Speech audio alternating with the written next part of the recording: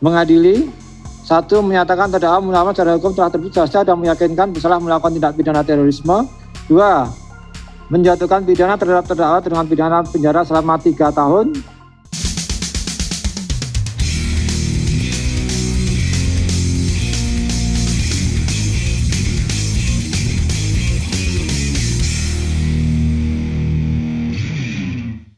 Ada 2 berita yang bikin saya miris kemarin itu. Yang pertama, berita tentang vonis Kosman Kosasih atau yang dikenal dengan nama MKC sebanyak 10 tahun. Dan yang kedua, vonis Munarman yang cuma 3 tahun.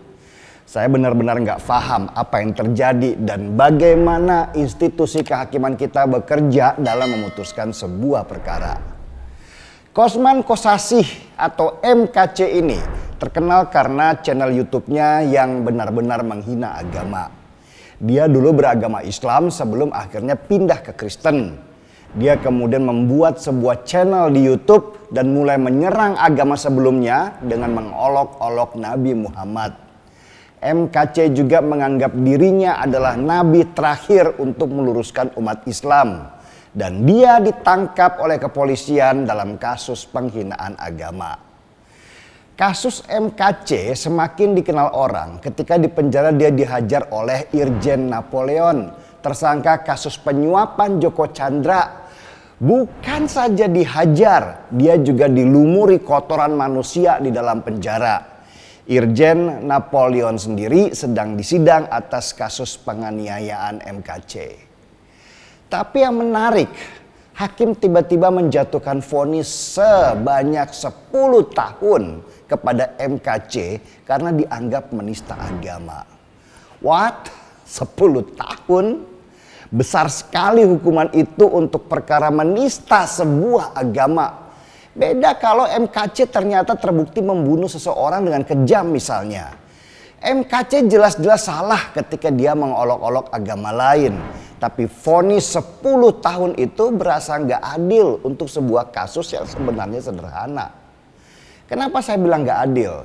Lihat aja kasus penistaan agama yang sama yang dilakukan oleh Yahya Waloni. Seorang yang katanya mantan pendeta dan sekarang dianggap ustadz oleh pengikutnya. Yahya Waloni juga terang-terangan menghina umat Kristen.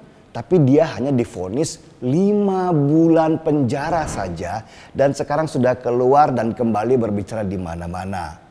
Kenapa Yahya Waloni hanya divonis 5 bulan sedangkan MKC divonis 10 tahun penjara? Dari persidangan kasus MKC yang dilakukan di Ciamis, kita bisa melihat kalau sidang itu dihadiri oleh ratusan massa di luar persidangan. Ini yang selalu saya sebut, ada usaha sebagian orang dalam menggerakkan massa untuk menekan keputusan aparat hukum. Dari hampir semua kasus penistaan agama, terutama yang menyangkut Islam, ada kelompok orang yang menggunakan tekanan massa untuk mempengaruhi persidangan. Ini sangat berbeda dengan persidangan Yahya Waloni yang cenderung sepi-sepi aja. Bahkan wartawan juga malas mengangkatnya sebagai bahan berita. Pengerahan massa untuk mempengaruhi keputusan sidang ini memang sudah menjadi penyakit sejak lama yang cenderung dibiarkan. Ingat kasus Meliana yang divonis 1,5 tahun penjara karena dianggap menghina agama, padahal yang dia lakukan hanya meminta volume toa untuk dikecilkan. Seorang anggota DPR RI, Risa Mariska, bahkan mengungkapkan kekhawatirannya kalau putusan hakim atas Meliana waktu itu bisa saja dipengaruhi atas tekanan massa. Tekanan massa inilah senjata kelompok garis keras dalam setiap persidangan yang mengatasnamakan penghinaan agama. Mereka berkelompok di ruang sidang, bahkan dalam jumlah ratusan dengan alasan mereka memantau ruang sidang. Padahal memang tujuan mereka menghadirkan massa untuk menekan hakim supaya bisa mengambil keputusan sesuai dengan kehendak mereka. Kasus serupa di sidang Ahok juga begitu, sehingga ia divonis bersalah dengan kasus penistaan agama. Jadi sulit sekali bicara tentang keadilan di negeri ini kalau tekanan massa dibiarkan mempengaruhi keputusan sidang. Seharusnya lah ruang sidang itu steril dari kehadiran massa yang bisa mempengaruhi keputusan. Kalau terus dibiarkan, maka model pemaksaan lewat tekanan massa akan jadi senjata baru kalau ada yang menginginkan seseorang masuk penjara dengan hukuman yang berat. Beda MKC, beda lagi dengan Munarman. Bukti-bukti yang dibawa oleh Densus 88 di persidangan bahwa Munarman terlibat dalam aksi terorisme dengan menghadiri bayat di beberapa tempat ternyata tidak membuat hakim juga berpikir kalau Munarman adalah salah satu aktor yang punya peran besar dalam masalah terorisme di negeri ini. Munarman memang bukan seorang eksekutor, dia bukan pembawa bom. Tetapi dia dianggap memotivasi dan memberikan restu kepada banyak aksi terorisme di negeri ini, bahkan yang di luar negeri.